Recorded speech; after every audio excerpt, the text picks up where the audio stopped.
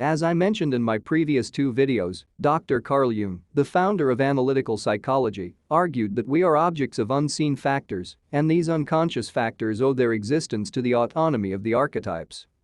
These archetypes have their own initiative and their own specific energy, and can interfere in a given situation with their own impulses and their own thought formation. They come and go very much as they please, and often they obstruct or modify our conscious intentions in an embarrassing way. Dr. Jung identified four main types of archetypes: the anima, the animus, the shadow, and the self, and I already talked about the last two in my previous video, so let's understand the concepts of anima and animus. The anima archetype appears in men and is his primordial image of woman. It represents the man's sexual expectation of women, but is also a symbol of a man's feminine possibilities. In Dr. Jung's opinion, the anima is a personification of all feminine psychological tendencies in a man's psyche, such as vague feelings and moods, prophetic hunches, receptiveness to the irrational, capacity for personal love, feeling for nature, and, last but not least, his relation to the unconscious. This feminine aspect is essentially a certain inferior kind of relatedness to the surroundings, and particularly to women, which is kept carefully concealed from others as well as from oneself. In other words, though an individual's visible personality may seem quite normal, he may well be concealing from others, or even from himself, the deplorable condition of the woman within. In its individual manifestation, the character of a man's anima is shaped primarily by his mother. If a man feels that his mother had a negative influence on him, his anima will often express itself in irritable, depressed moods, uncertainty, insecurity, and touchiness. However, if a man is able to overcome this negative assault, the anima can help him reinforce his masculinity. According to Dr. Jung, the negative mother anima figure will endlessly repeat themes like, "I am nothing. Nothing makes any sense. With others it's different, but for me, I enjoy nothing." These anima moods can cause a sort of dullness, fear of disease, impotence, or accidents. The whole of life takes on a sad and depressive aspect, and such dark moods can even lure a man to suicide. Another way a man's negative anima manifests itself is through waspish, poisonous, effeminate remarks, by which he devalues everything. Remarks of this sort always contain a cheap twisting of the truth and are in a subtle way destructive. If, on the other hand, a man's experience of his mother has been positive, this can also affect his anima in typical but different ways, with the result that he either becomes effeminate or is preyed upon by women and thus is unable to cope with the hardships of life. An anima of this sort can turn men into sentimentalists, or they may become, as Dr. Jung wrote, as touchy as old maids or as sensitive as the fairy tale princess who could feel a pea under 30 mattresses.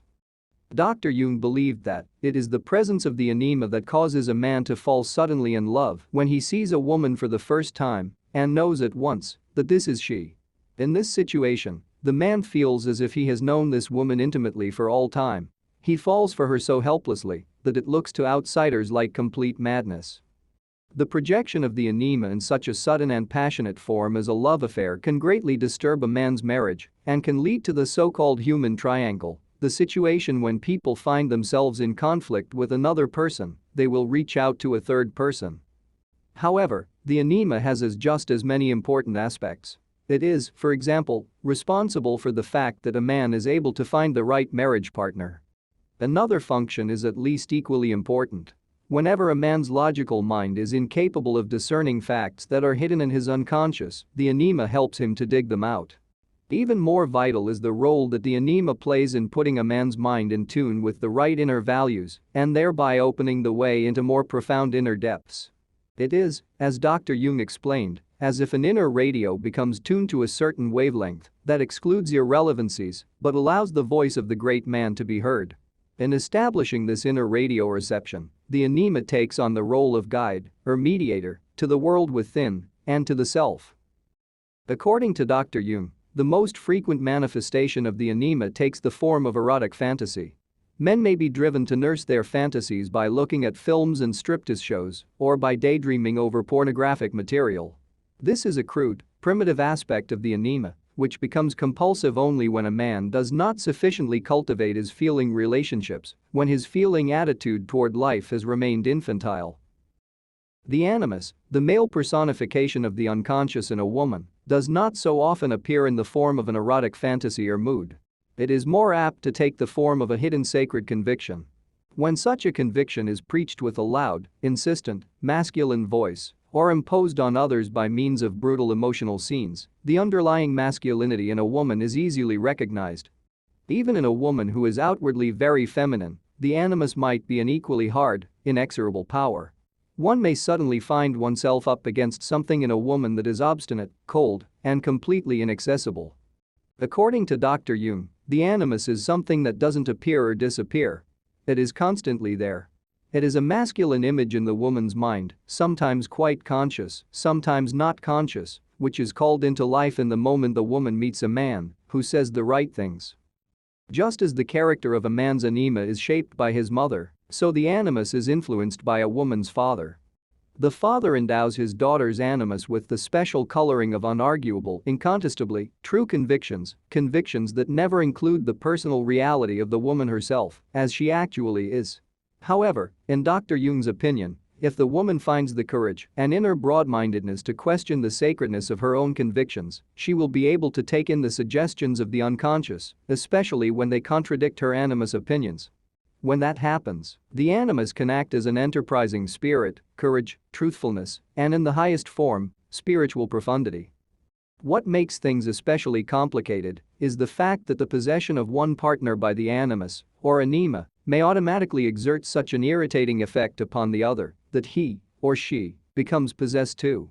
Animus and anima always tend to drag the conversation down to a very low level and to produce a disagreeable, irascible emotional atmosphere.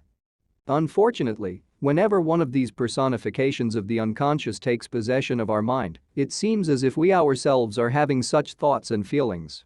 The ego identifies with them to the point where it is unable to detach them and see them for what they are. One is really possessed by the figure from the unconscious.